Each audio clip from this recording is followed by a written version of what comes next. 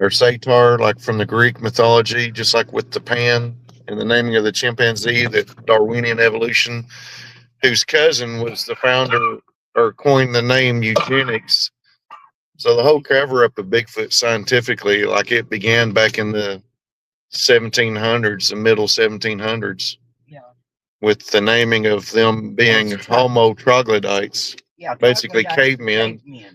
So they've known about Bigfoot and their existence scientifically. Like when they named the chimpanzee, they gave it the scientific name Pan troglodyte. But chimpanzees don't live underground, which is what troglodytes mean. Never have. But they erase the history of the Bigfoot because we couldn't evolve from something bigger, faster, stronger, and even smarter than us that has this association with like Native American burial cultures of the mound builders that had metal. Like that's the thing about this, John. Native Americans weren't known to be advanced culture of the metal age that would have rivaled Europe at the time. This guy at Back Creek with this Hebrew inscription that says, "We are those from Judah," this very large individual, he had what was described as bronze bracelets. And the thing about it was they even tried to cover it up in 1889 by saying that they couldn't watch the excavation the whole time, that this archaeologist could have put that stone there. Like they had these allegations being thrown around, discrediting this scientific excavation and the guy's character assassination. Even back then, we talk about today, like what they did with Melba Ketchum in the DNA study, how she had to even change her name legally because of all the backlash from it. Yeah. But yeah, Janice can go into, she was a part of that even. She could talk about that. I was part of what was known as the Erickson, the Erickson project, where we did the study of the DNA on the Bigfoot. The mitochondrial side came back as human, just like us, Homo sapiens sapien. The nuclear side, which is the male's, the father's side, is an unknown. And right before we went to air, we all got gag orders. Been told to shut up, and to release it, on the television for everybody, to the public. But anyhow, things cannot go out yet. So people started speculating, and what that father's side could be. The thing of it is, it only goes back so far, and then it's not anything that we are, on the father's side. It's not of this planet. So they said, oh, it was the Nephilim, the fallen angels that came down, and well, yeah, it could possibly be, but guess what? We could be also descendants from them, because if you want to believe the Bible, we all came from Noah, from his blood, from his sons and his sons' wives. Okay, they married into the giants. They married into the Nephilim. Came, the fallen angels. That's how the giants came about after the flood wiped them out, the Nephilim, because the descendants of Noah, even his wife, wasn't pure. Only Noah was pure in all of his generations, it tells us. And it says that they were in the earth in that age and also afterwards, basically. Yeah. At that time and afterwards, too. And then you go back into the Sumerian text and you get with the Anunnaki, yeah, who were supposedly the gods or the aliens that came down, and they made mankind in that type of story or mythology or, text. They made mankind as a servant to them. Yeah. Okay, but they also made all these other things, and they made,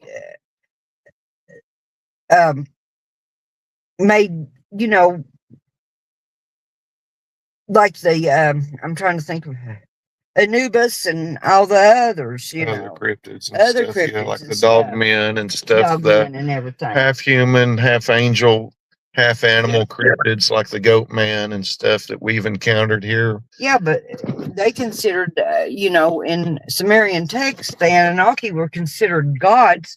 Okay, then they go away and they revisit every 3,600 years, supposedly.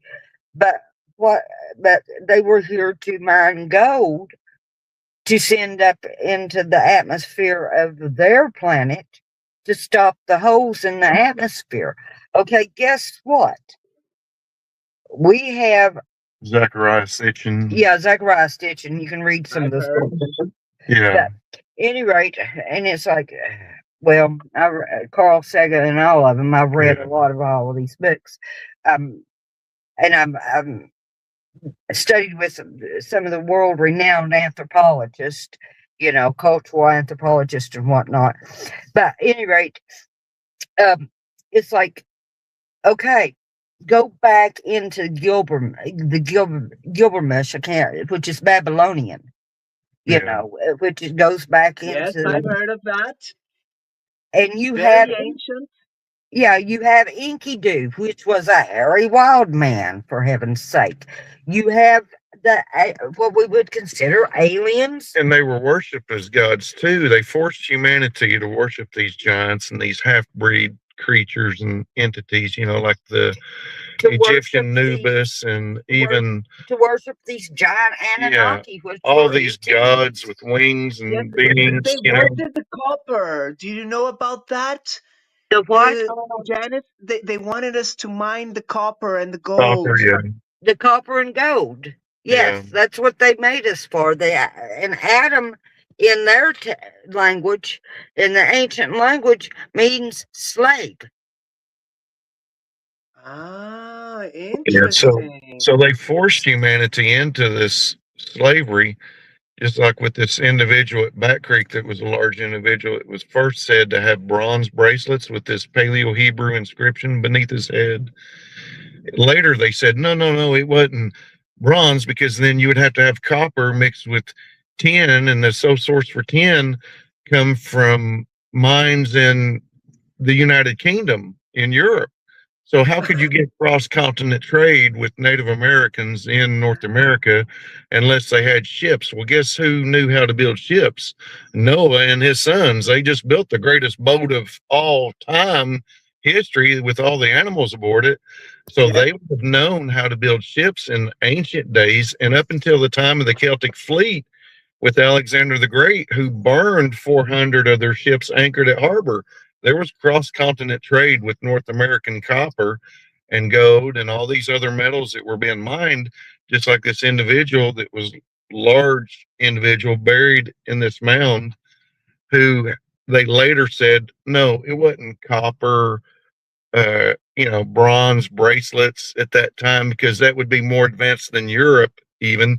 It was just brass, heavy leaded brass. Well, you're talking about an advanced metal culture of alloy of zinc, copper, and lead, which today they use that in like high pressure fittings for like pipes and stuff, because the lead makes the machining of the threads malleable, and it acts as a lubricant as well. So what were they doing making an advanced metal alloy that we used in modern industry today, back then, thousands of years ago, to turn into bracelets?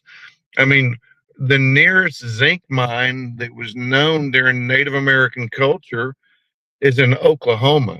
You're talking about Tennessee, where the nearest copper mines, other than Upper Michigan, where they were mining this. No, you have Copper Basin up here, Copper Hill.